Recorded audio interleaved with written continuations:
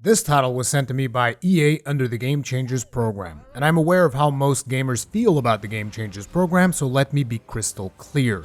I'm not under any contract with EA, I haven't been paid for this review, nor would I ever accept money for a review to begin with, and there's no limits on what I can say about the game. As a content creator, I use the Gamechangers program to request game codes, just like I request codes from Sony, Nintendo, Capcom, and other publishers. Nothing more, nothing less.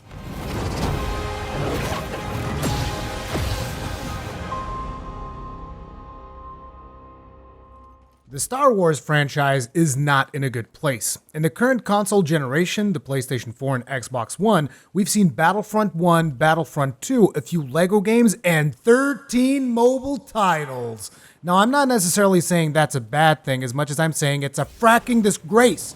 But the thing is, it's not even just about the video games. I mean, did you see The Last Jedi?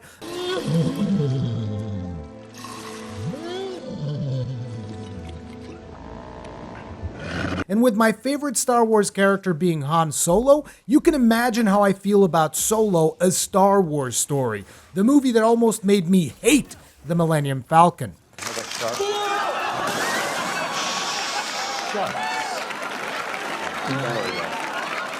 Now, as a longtime Star Wars fan, let's just say that my thirst for Star Wars content hasn't really been properly quenched in quite some time. I think the last time I got invested in a Star Wars game was probably SWTOR. I loved the Smuggler campaign, but whoever designed the free-to-play transition for that game might as well get his backside thrown in a friggin' Sarlacc pit. So where does that leave Star Wars Jedi Fallen Order? I've had to think about this topic extensively in preparation for this review because if you watch the streams, you'll see the joy expressed in my face throughout most of the experience because I genuinely enjoyed my time with the game. But you see, things are not so simple because of three factors: expectations, personal bias, and how much I miss caring about the Star Wars universe. Let's break these down. My expectations for Jedi Fallen Order were low, extremely low. I didn't even think I was going to make it past my first stream, let alone end up streaming the whole thing on the channel. But the game surprised me. It surpassed my expectations. But when I take a step back and think about it, how much of an achievement is it really when my expectations were so low to begin with? Now, when it comes to personal bias, you all know I'm biased towards this franchise. I watched the original trilogy multiple times growing up, I learned most of my English from it, and I still can't get enough.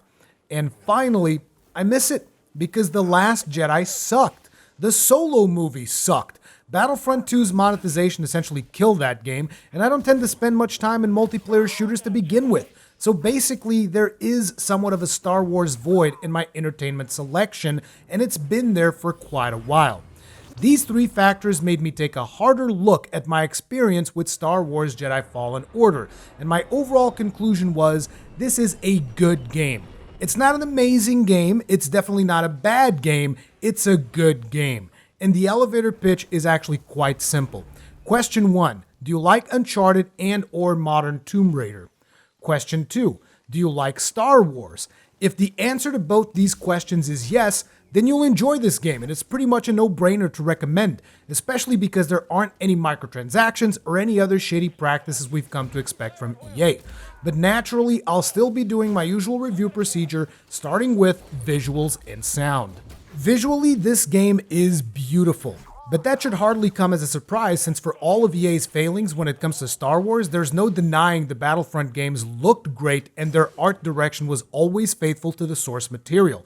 The environments look good, the characters look good, the special effects look good. I have no complaints from how the game looks. In terms of animations overall, they are pretty good, but in some situations, they can feel a little stiff. I feel like a little more time in the oven to add some additional polish could have really taken things to the next level, and unfortunately this sentence could be applied to a lot of things in the game. And when it comes to performance, it's a bit of a different conversation. I played the game on a PlayStation 4 Pro, and it was pretty much a mixed bag. There's a 1080p performance mode, which can take you closer to 60 FPS, but depending on how busy the screen is, it can also drop below 30 FPS, which definitely isn't optimal. And as you can imagine, that means that even the quality option can experience significant dips in certain areas of the game. Again, it's another situation where the game could have used some more time in the oven to really optimize the performance, at least on the PlayStation 4 version. PC users with good rigs probably won't be experiencing this. Now when it comes to sounds, it is excellent all around.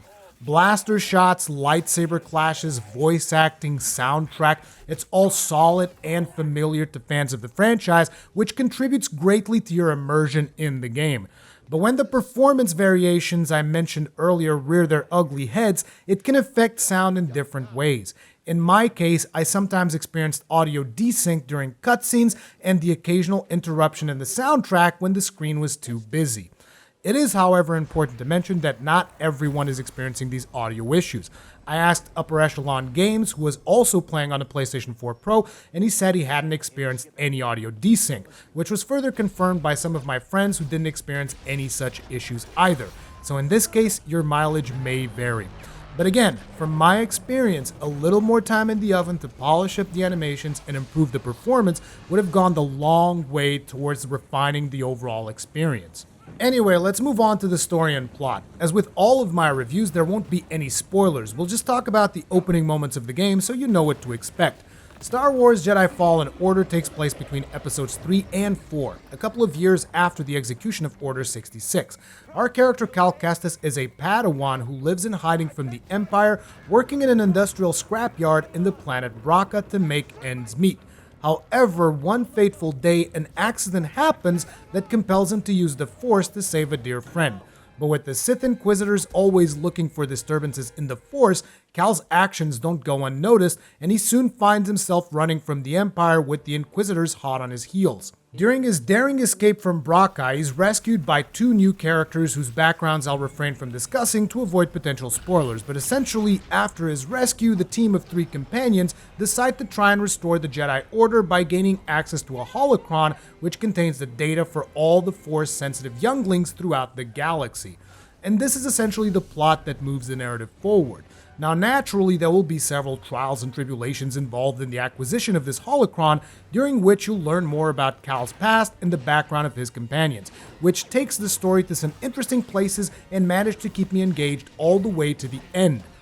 Overall, I greatly enjoyed the story. It was a million times better than that smelly piece of bantha poodoo we know as The Last Jedi. Or the Solo movie. But then again, with those two movies, we're setting the bar pretty frackin' low. So let's just say it was a very enjoyable Star Wars story in its own right, but that's not to say it was perfect. There were 2 things that bothered me. Now, one of them involves the over-humanization of a droid, and I can't go into any more details because of spoilers, and the other one was when they essentially forced a 4th character into the group without really taking the time to establish a proper companionship with the protagonist. In fact, I would go so far as to say I suspect a small section of the game was cut out, during which this character would forge a bond with our protagonist. And I believe the reasoning behind this cut was that this section was going to be very heavy in puzzle-solving elements, and they wanted to keep the pacing of the game faster. Next up, let's talk about the gameplay. Star Wars Jedi Fallen Order is a third-person action-adventure game. It plays very similarly to games like Uncharted and Tomb Raider, but with lightsabers and force powers instead of guns, which naturally means the combat is more melee-oriented. Your basic combat moves consist of a light attack, you can chain up to 3 strikes, and a block, which when timed correctly will perform a parry that can lead to an opening to either punish the enemy, or it can greatly reduce their guard gauge. And if you break their guard, you'll get a significant opening to strike at them. Parrying ranged attacks causes the blaster shots to be reflected back at the enemies. You also have a heavy attack and several force powers you unlock as you play the game, like Force Push, Force Pull, Force Slow. All of these attacks consume a significant chunk of your force gauge, which you can replenish by landing light attacks on your foes. When you start the game, your character has a damaged lightsaber, so you're limited to standard lightsaber combat. But as you advance in the game, you eventually repair your Jedi weapon, which will enable you to use it as a dual-bladed lightsaber a la Darth Maul. And while I was happy to have this new saber style to play with, I was also very disappointed as to how the whole thing took place. There's no story element, there's no flashback, there's nothing. You just run into a workbench that has the parts you need, you fix your saber, and it's done. On another hand, the dual saber mode also has a very specific objective, which is AoE confrontations and small creatures. So in one-on-one combat, single saber mode is still the optimal method of combat, and the skill tree upgrades just further reinforce these playstyles. Eventually, you'll also unlock the ability to separate the saber and dual wield, but don't get too excited because this is limited to one attack per stance. So you get a special attack when you're in single saber mode and a different special attack if you're in dual blade mode. This is another one of those instances where it seems to me the game was rushed and they didn't have enough time to fully develop a dual wield mode, so they instead opted to make this special dual wield attack. Your character has a health gauge which you can replenish by using a limited number of healing stems contained in your droid, and you can replenish the droid's stems by resting at a bonfire. A meditation spot. Consequently, resting at these locations also respawns all enemies in the area. I'm not gonna say it. I know you want me to, but I'm not gonna say it. Is this the... No! It's the... Stop! It's the Dark Souls of Star Wars!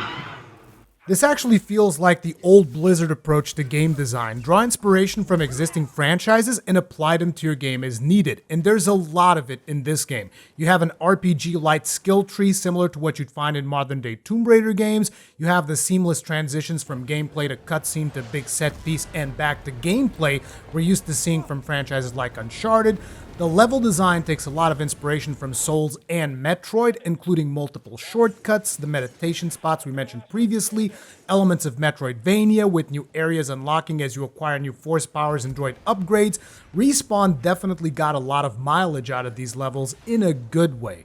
But in terms of combat, the game is not like Souls at all. That's not to say it's super original or anything, but it's functional, it's entertaining, and it does a good job of providing players with the power fantasy of being a force-wielding Jedi. There are, however, some frustrating moments where certain bosses' hitboxes aren't quite as precise as they should be, or certain opponents won't quite telegraph an overly punishing move. Then there's also some weird leashing in certain areas where enemies will simply refuse to leave the room they spawned in, so they'll be aggroed, standing in front of the player, but won't engage unless the player enters the room they are in, which is kind of ridiculous. Now, in an interesting twist for an EA published game, you'll actually be able to unlock a wide variety of cosmetic gear, allowing you to completely customize your saber hilt, change your character's outfit and poncho, as well as give your droid and ship new paint jobs. In fact, most of the chests you open throughout your adventure will contain cosmetic items, but as you explore the world, you'll also find secrets and certain force echoes that can net you permanent health and force gauge upgrades, as well as golden crates that contain additional stims for your droid, effectively increasing the amount of stims available to you at any given time.